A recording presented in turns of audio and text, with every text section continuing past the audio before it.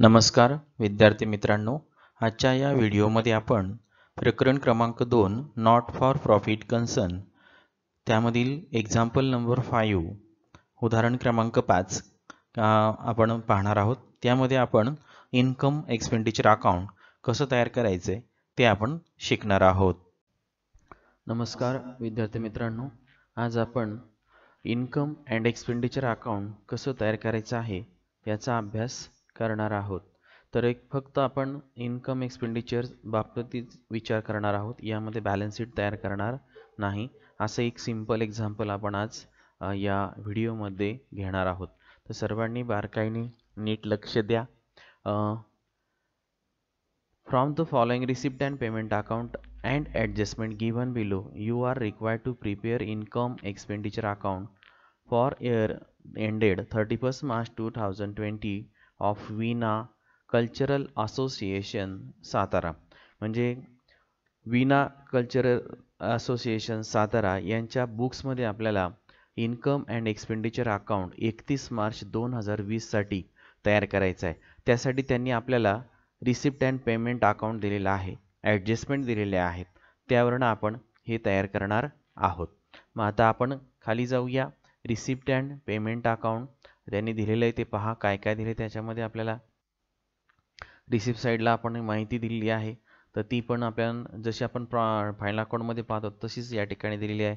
Cash in hand, cash at bank, opening balances दिलेले आहेत, subscription दिलं आहे 18, 19, 19, 20, 20, 21 म्हणजे 3 वर्ष आहे। आता हे रिसिप्ट पेमेंट अकाउंट आपल्याला कोणत्या वर्षाचं दिलेलं आहे? 31 मार्च 2020 हे आहे आपलं करंट इयर किंवा last date of current year. आणि मग करंट इयरची इयर काय येईल? 2019-20। मग 2019-20 ही जर करंट इयर असेल तर मग प्रिव्हियस इयर किंवा लास्ट इयर किती येईल? 18-19। नेक्स्ट इयर किती येईल? 20-21। बघा आता इथे सबस्क्रिप्शन मध्ये दिसतंय करंट इयर आहे आपलं बघा 2019-20, प्रिव्हियस इयर आहे 2018-19 आणि नेक्स्ट इयर आहे आपलं 2020-21। म्हणजे आपल्याला आपण मी अगोदर सांगितलेलं आहे की आपण करंट इयर ओळखा, त्याच्यावरून मागचं वर्ष ओळखा, पुढचं वर्ष ओळखा आणि लिहून ठेवा वहीमध्ये, आणि मग उदाहरण त्यानंतर आपल्याला सोडवायचं आहे। तर पहिल्यांदा ही ओळख होणं महत्त्वाचं आहे। त्याच्यानंतर पहा आपल्याला मग आता मागच्या वर्षाचं 15,000 रुपये रिसिप्ट झालेलं आहे, चालू वर्षाचं 1,00,000 रुपये आहे आणि त्यानंतर 2021 साली 8,000 रुपयाचं आहे। तर अशा प्रकारे आपल्याला तीनही वर्षांचं सबस्क्रिप्शन या ठिकाणी किती मिळालेलं आहे रिसिप्ट साईडला आहे ना, आपण म्हणजे रिसिप्ट किती झालं आहे, मिळालं किती ते या ठिकाणी दिलेलं आहे। त्यानंतर डोनेशन किती मिळालं आहे, तर एंट्रन्स फीज किती मिळाली, इंटरेस्ट ऑन फिक्स डिपॉझिट ते पण जे मिळालं ते इथं लिहितं आहे। रिसिप्ट साईड म्हणजे all income side, picnic receipt किती आहे। त्यानंतर आता इथे पेमेंट साईड बघा, इथे आता 2018 आणि 19 पेमेंट साईड बघतोय आपण, तर 700 रुपयाचं आपण 18-19 साठीचं पेमेंट आत्ता चालू वर्षात केलं आहे। 19-20 म्हणजे करंट इयरचं किती केलं आहे? 54,300, असं एकूण 55,000 केलं आहे। नंतर फिक्स डिपॉझिट आपण केलेलं आहे, सन्ड्री एक्सपेन्सेस आहे, insurance, printing stationery, picnic expenses, salary, travelling expenses. आता बघा ही ॲडव्हर्टाइजमेंट आहे, हे कोणत्या वर्षाचं आहे सांगा पटकन? करंट इयर लक्षात आहे का? हे बघा 2019-20 एक करंट इयर, प्रिव्हियस 18-19, 20-21 पुढचं। मग आता हे 18-19 म्हणजे कोणतं वर्ष आलं? मागील वर्ष। मागील वर्षाचा आता हा आयटम जो आहे आपला हा घ्यायचा नाही, कारण आपण करंट इयरचं इन्कम एक्सपेंडिचर बनवणार आहोत, त्यामध्ये करंट इयरचेच आयटम घ्यायचे, मागच्या वर्षाचे सुद्धा काढून टाकायचे किंवा घ्यायचे नाही, आणि पुढील वर्षाचे जर असतील इन्क्लूड केलेले, ॲड केलेले, तर ते लेस करून टाकायचे असतात, आणि हा इफेक्ट आपण देत जाणार आहोत।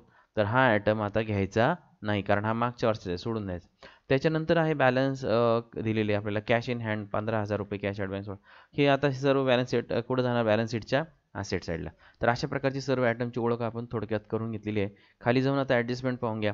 Outstanding rent for current year was ₹7,000, की 7,000 रुपये आपल्याला करंट इयरचा रेंट आहे, आपण काय करणार? रेंटमध्ये ॲड करणार। मग आता 1 मिनिट नंबरची ॲडजस्टमेंट आहे रेंटवरती, रेंट कुठं दिसते पहा पेमेंट साईडला,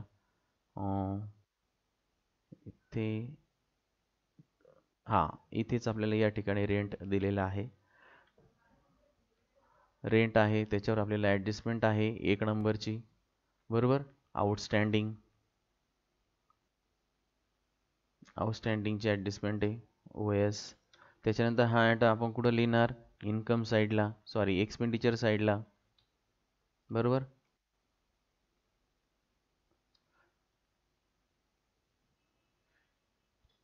त्याच्यानंतर दुसरी जी ॲडजस्टमेंट आहे आपली ती आपण पहा, 60% entrance fee should be capitalise, म्हणजे 60% एंट्रन्स फीज इथं बघा, ही 2 नंबरची ॲडजस्टमेंट या ठिकाणी आहे.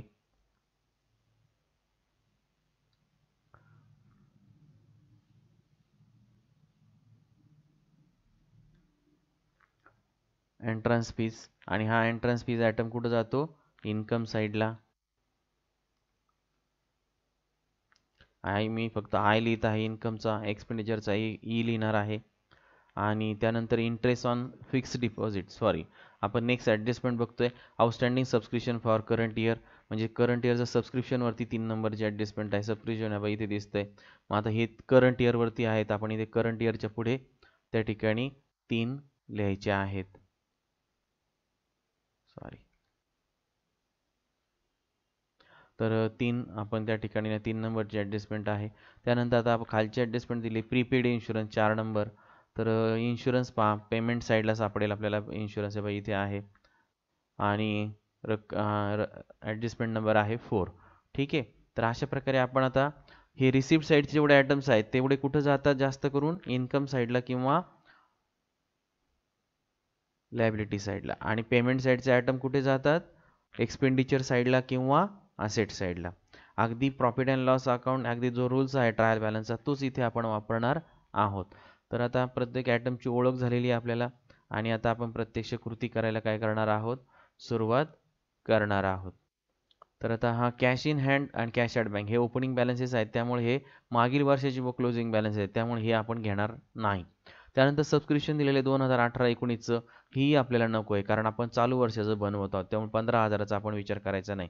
त्यानंतरची जी आहे मात्र सबस्क्रिप्शन 2019-20 हे 1,00,000 रुपयाचं, हे मात्र आपल्याला चालू वर्षाचं ते आपल्याला घ्यावं लागेल. आणि हे सर्व आता एसिपचे आयटम, हा इफेक्ट कुठं जाणार, इन्कम साईडला. मग आपण इन्कम साईडला जाऊ, तिथे लिहूया आपण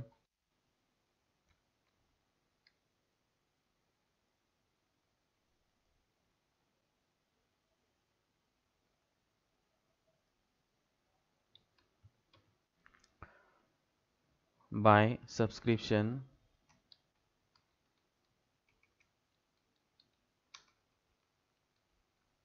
बाय सबस्क्रिप्शन्स.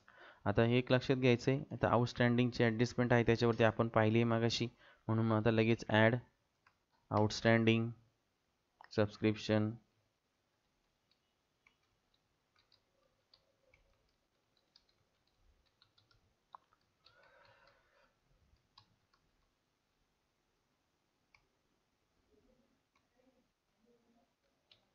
सबस्क्रिप्शन. मग आता इनर कॉलममध्ये रक्कम लिहा. इनर कॉलममध्ये रक्कम घ्यायची आहे आपली 1,00,000 रुपये.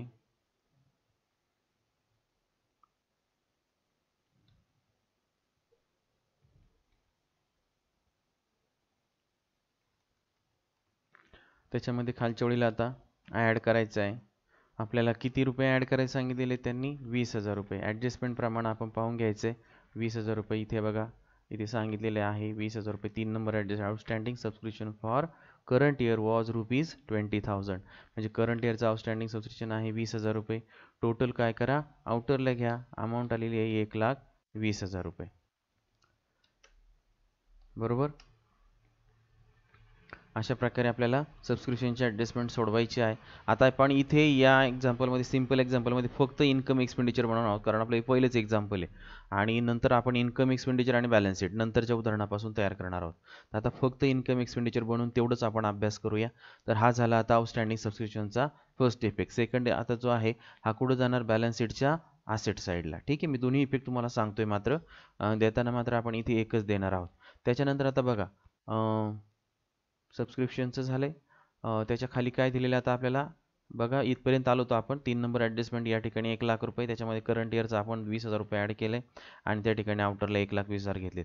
त्याच्यानंतर दिलेलं आहे इथं बघा 2020-21 सबस्क्रिप्शन. सर्वांना माझा कर्सर फिरताना दिसतोय ना, तर हे पुढच्या वर्षाचं आहे. पुढच्या वर्षाचा असेल तर त्याचा इफेक्ट डायरेक्ट कुठं द्यायचा आहे, एकच इफेक्ट द्यायचा आहे बॅलन्स शीटच्या लायबिलिटी साईडला. आलं लक्षात? आणि तिथे जाऊन लिहायचं आहे आपल्याला प्री रिसिव्ड सबस्क्रिप्शन किंवा सबस्क्रिप्शन रिसिव्ड इन ॲडव्हान्स. तर हे आपण शिकलेलो आहोत मागच्या अनेक भागांमध्ये. तर 8,000 रुपये आपण तिथे लिहिणार आहोत. पण आता याच्यामध्ये आपण फक्त इन्कम एक्सपेंडिचरच तयार करत आहोत, त्यामुळं याचा इफेक्ट यामध्ये होणार नाही. पुढचा आयटम आहे डोनेशन 25,000 रुपये. तर हे डोनेशनची जी रक्कम आहे ही आपण डायरेक्ट कुठे लिहून टाकायची आहे, इन्कम साईडला. मग आता हे डोनेशन जर असेल तर त्या ठिकाणी 25,000 रुपये इन्कम साईडला जायचं आहे आणि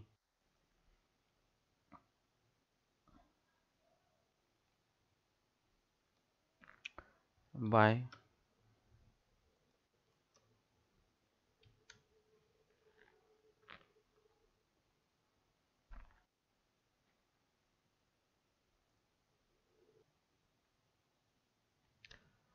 तर आपण या ठिकाणी आता लिहिणार आहोत बाय डोनेशन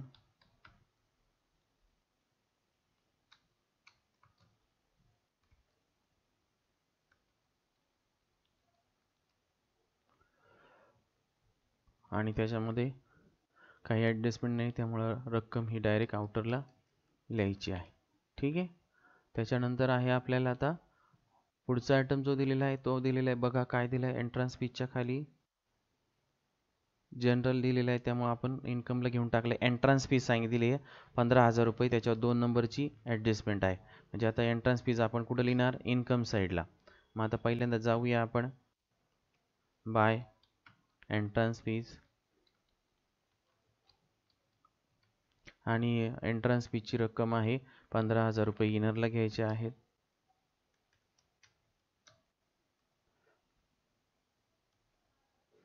त्याच्यामध्ये मग आपल्याला ॲड आता एंट्रन्स फीजचं काय सांगितलं त्यांनी आपल्याला ॲडजस्टमेंट नंबर 2. मग आपण ॲडजस्टमेंट पहा पुन्हा एकदा. 60% entrance fees should be capitalise, म्हणजे तुम्हाला एकूण जी एंट्रन्स फीची त्यातली 60% रक्कम काय करा, कॅपिटल फंडमध्ये ॲड करा. पण आता आपण इथे फक्त मग इथे 60% ॲड करा म्हणजे इथून 60% आपल्याला वजा करावी लागेल नाही का. म्हणून मग आता इथे ॲडजस्टमेंट करायची आपल्याला सोडवायची आहे. काय करावं लागेल, लेस 60% कॅपिटलाइज.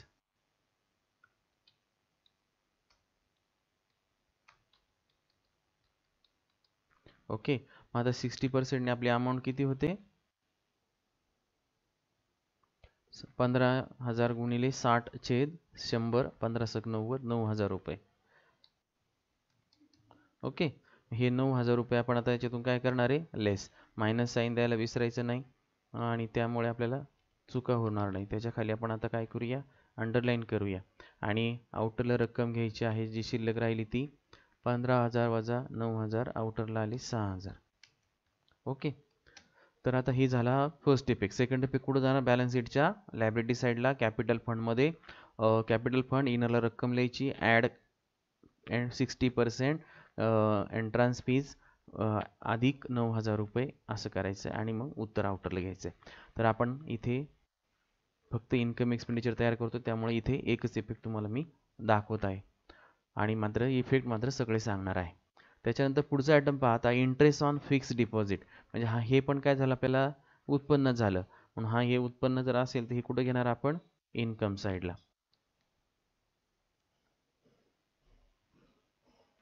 मग interest on fix deposit by income on interest on fix deposit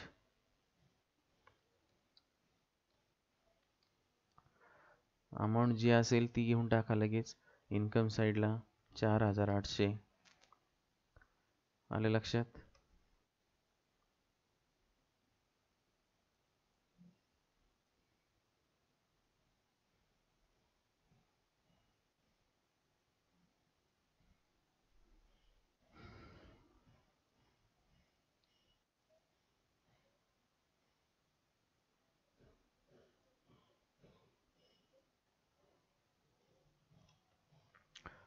त्यानंतर इथले पण सेटिंग एक मिनिट. वर का थांबत नाही. तर इंटरेस्ट ऑन फिक्स डिपॉझिट आपलं झालं. आता पुढचा आयटम पहा, पिकनिक रिसिप्ट. आता हा पिकनिक रिसिप्ट सुद्धा काय आहे, आपला इन्कमच आहे, म्हणून आपण कुठं जाणार घेऊन त्याला, इन्कम साईडला. मग आता इथे लिहायचं आहे बाय पिकनिक रिसिप्ट आणि अमाऊंट आहे आपली 20,000 रुपये. मग अमाऊंटच्या समोर, त्याच्यासमोर काय करा, अमाऊंट लिहून टाका. ओके. तर अशा प्रकारे आपण इथे रिसिप्ट साईड पहा. आता रिसिप्ट साईड संपूर्ण संपलेली आहे. आता आपण पेमेंट साईडकडे जाऊया. तर पेमेंट साईडला आता इथे आपल्याला दिलेला आहे रेंट. रेंटवरती आहे आउटस्टँडिंगची एक्सपेन्सेसची ॲडजस्टमेंट. तर रेंट आपण कुठं लिहिणार आहोत, एक्सपेंडिचर साईडला. त्याच्यावरती ॲडजस्टमेंट आहे outstanding rent for current year ₹7,000. 7,000 रुपये करंट इयरचा आउटस्टँडिंग एक्सपेन्सेस आहे रेंट. तर आता इथे बघा आपल्याला काय दिले, 2018-19 हे मागील वर्षाचं आहे, हे घ्यायचं नाही. बघा इथे 2018-19चं सबस्क्रिप्शन सुद्धा आपण घेतलेलं नाही. मागील वर्षाचं असेल तर अजिबात घ्यायचं नाही, जेवढे कोणते आयटम असो. पण हे 700 रुपये घ्यायचे. मग फक्त करंट इयरचं रेंट घ्यायचं आहे 54,300 रुपये. मग आता आपण जाणार आहोत करंट अकाउंटला, सॉरी एक्सपेंडिचर अकाउंटला. तिथे लिहायचं आहे टू रेंट. त्याच्यामध्ये आता आपल्याला करंट इयर आहे म्हणून आपण ॲडजस्टमेंट आहे म्हणून आपण इथे लिहिणार आहोत ॲड आउटस्टँडिंग. ओके. मग आता रक्कम आहे रेंटची 54,300. त्याच्या खाली आपण आता काय करणार आहोत, ॲड 7,000 रुपये ॲडजस्टमेंटप्रमाणे, नाही का. आणि टोटल त्याची घ्यायची आहे आपल्याला आउटरला 61,300 रुपये. तर अशा प्रकारे हा फर्स्ट इफेक्ट होईल. दुसरा इफेक्ट आपल्याला माहीत आहे बॅलन्स शीटच्या लायबिलिटी साईडला. तर अशा प्रकारे आपण करंट इयरचेच फक्त घेतलेले आहेत, मागील वर्षाचे घ्यायचे नाहीत, कारण हे आपण करंट इयरसाठीच तयार करत आहोत. जे रेंट होता 54,300 तो आपण घेतला ॲडजस्टमेंटप्रमाणे या 7,000च्या. दिसते 7,000. तर याच्याप्रमाणे आपण इथे ॲड केलेला आहे, बेरीज करून आउटरला रक्कम घेतलेली आहे. तर झालं आता पेमेंटचा फर्स्ट आयटम झालेला आहे. दुसरा आयटम पाहता फिक्स डिपॉझिट. हा कुठे लिहिणार आपण, बॅलन्स शीटच्या आसेटला. ठीक आहे, आपण इथे फक्त बनवतोय इन्कम एक्सपेंडिचर, त्यामुळे हा आयटम आसेटला लिहायचा आहे. पुढे सन्ड्री एक्सपेन्सेस. काय आता आहे, सन्ड्री एक्सपेन्सेस. सन्ड्री एक्सपेन्स कुठे लिहिणार आपण, एक्सपेंडिचर साईडला. मग आता चला एक्सपेंडिचर साईडला आपण जायचं आहे. तिथे लिहायचं आहे आपण टू सन्ड्री एक्सपेन्सेस. अमाऊंट आहे आपली 8,000 रुपये. अमाऊंटच्या कॉलममध्ये अमाऊंट लिहून टाका.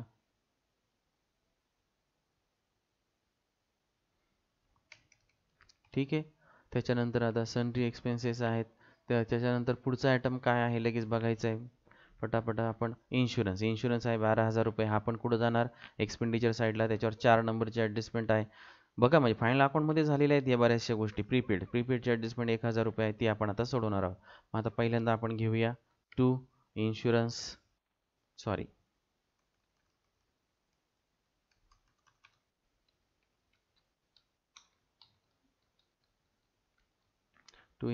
त्याच्यामध्ये आपण करणार आता ॲडजस्टमेंट आहे त्यामुळे आपण इथे लिहिणार लेस प्रीपेड. मग आता ही रक्कम आपल्याला इनरला घ्यायची आहे.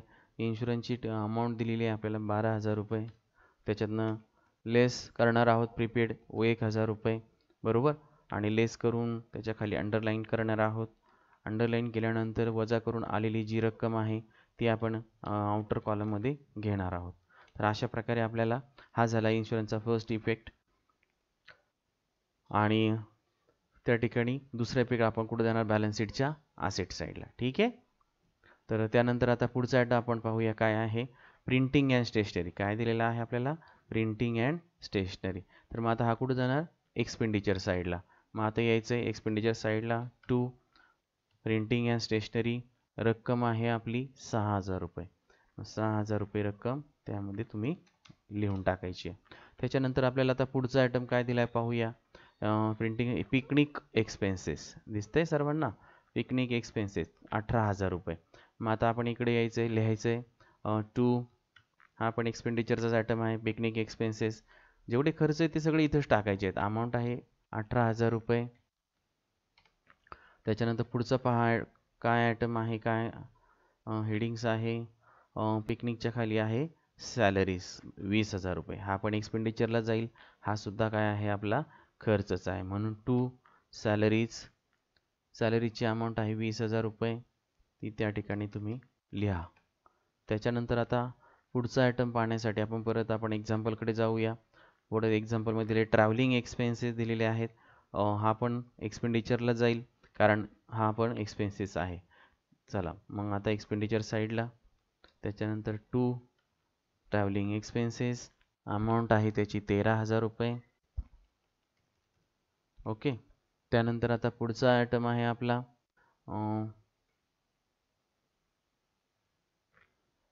त्या ठिकाणी दिलेला आहे आपल्याला ट्रॅव्हलिंग ॲडव्हर्टाइजमेंट 18-19. 18-19चं घ्यायचं का तर नाही. आता नंतर आहे balance carried down, cash in hand आणि कॅश ॲट बँक. हे आपल्याला ॲसेटचे आयटम, हे आपण ॲसेटला लिहिणार. आता आपण बनवत आहोत फक्त इन्कम एक्सपेंडिचर. अशा प्रकारे बघा छोटंसं उदाहरण होतं, फक्त इन्कम एक्सपेंडिचर बनवायचं होतं. त्याच्यावर ह्या 4 ॲडजस्टमेंट होत्या त्याही आपण या ठिकाणी सोडवलेल्या आहेत. तर पुन्हा उदाहरण पहा म्हणजे तुम्हाला कशा सोडवल्या त्या सुद्धा काय होतील समजतील. किंवा आपण नाही सोडवल्या का खात्री करण्यासाठी परत एकदा आपण चेक करू शकतो. आउटस्टँडिंग रेंट 7,000चं घेतलं का बघा दिसते सर्वांना इथे 7,000 रुपये आलेले. त्याच्यानंतर 2 नंबरच्या 60% एंट्रन्स फीस कॅपिटल आहेत. हे बघा 60% प्लेस केली की नाही, माझा कर्सर बिरतोय ना त्याकडे लक्ष द्या. सापडली का आपल्याला.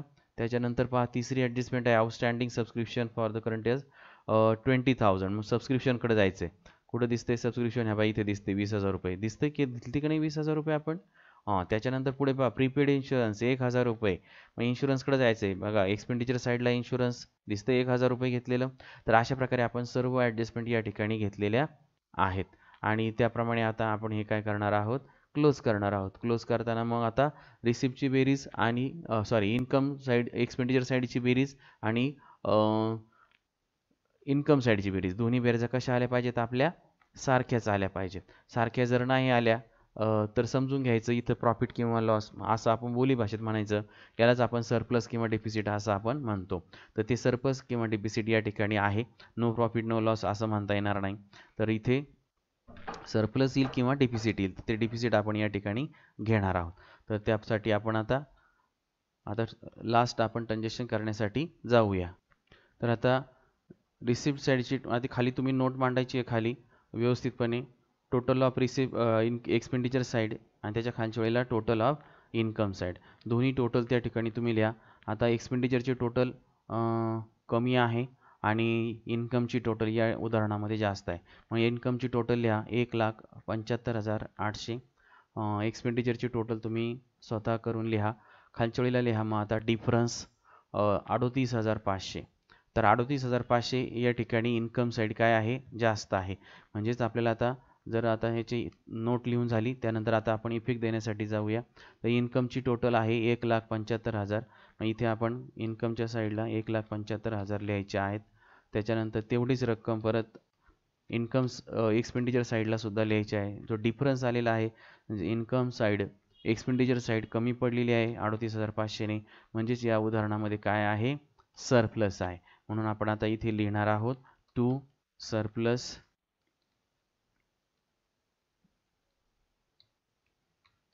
ओके. सरप्लस आता यालाच आपण ब्रॅकेट मध्ये काय म्हणतो excess of income over expenditure. Excess of income over expenditure. तर अशा प्रकारे आपण इथे ब्रॅकेटमध्ये माहिती लिहू शकतो. आणि हा आलेला सरप्लस आहे म्हणजे आता फायनल अकाउंट असेल तर आपण याला काय म्हटलं असतो नेट प्रॉफिट. नेट प्रॉफिट आपण काय करतो कॅपिटलमध्ये ॲड. इथे पण तेच करायचं आहे. आपण पाहिले मागच्या फॉर्मॅटमध्ये सगळा अभ्यास केला आहे तुमचाही अभ्यास झालेला आहे. तर सरप्लस आपण काय करणार बॅलन्स शीटच्या कॅपिटल फंडमध्ये ॲड करणार. तर अशा प्रकारे एक छोटंसं उदाहरण आज आपण या ठिकाणी घेतलेलं आहे. तर सर्वांना दिसत आहे. अशा प्रकारे आपण इन्कम एक्सपेंडिचर अकाउंट या उदाहरणात बनवलं. याची तुम्ही फुल प्रॅक्टिस करा. 9-10 वेळा व्हिडिओ पहा. समजत नाही तोपर्यंत पहा. नंतर प्रत्यक्ष बिन पहा आता वहीमध्ये सोडवा. वहीमध्ये सुद्धा 2-3 वेळा तरी किमान सोडवा. जास्तीत जास्त वेळा सोडवलं तर तुमचाच फायदा होईल. तर प्रॅक्टिस करणं खूप महत्त्वाचं आहे. कारण आता स्टेप बाय स्टेप आपण आता नॉन ट्रेडिंगचे एक्झाम्पल्स हळूहळू आपण सुरू करत आहोत. प्रॅक्टिस करा सराव करा. सर्वांना 100पैकी 100 मार्क्स परीक्षेला आपल्याला पडलेच पाहिजे. आउट ऑफ मार्क्स आपल्याला यामध्ये घ्यायचे आहेत. आले लक्षात? तर आपण आता या व्हिडिओमध्ये इथेच थांबूया. पुढील पॉईंट पुढील ऑडिओ व्हिडिओमध्ये.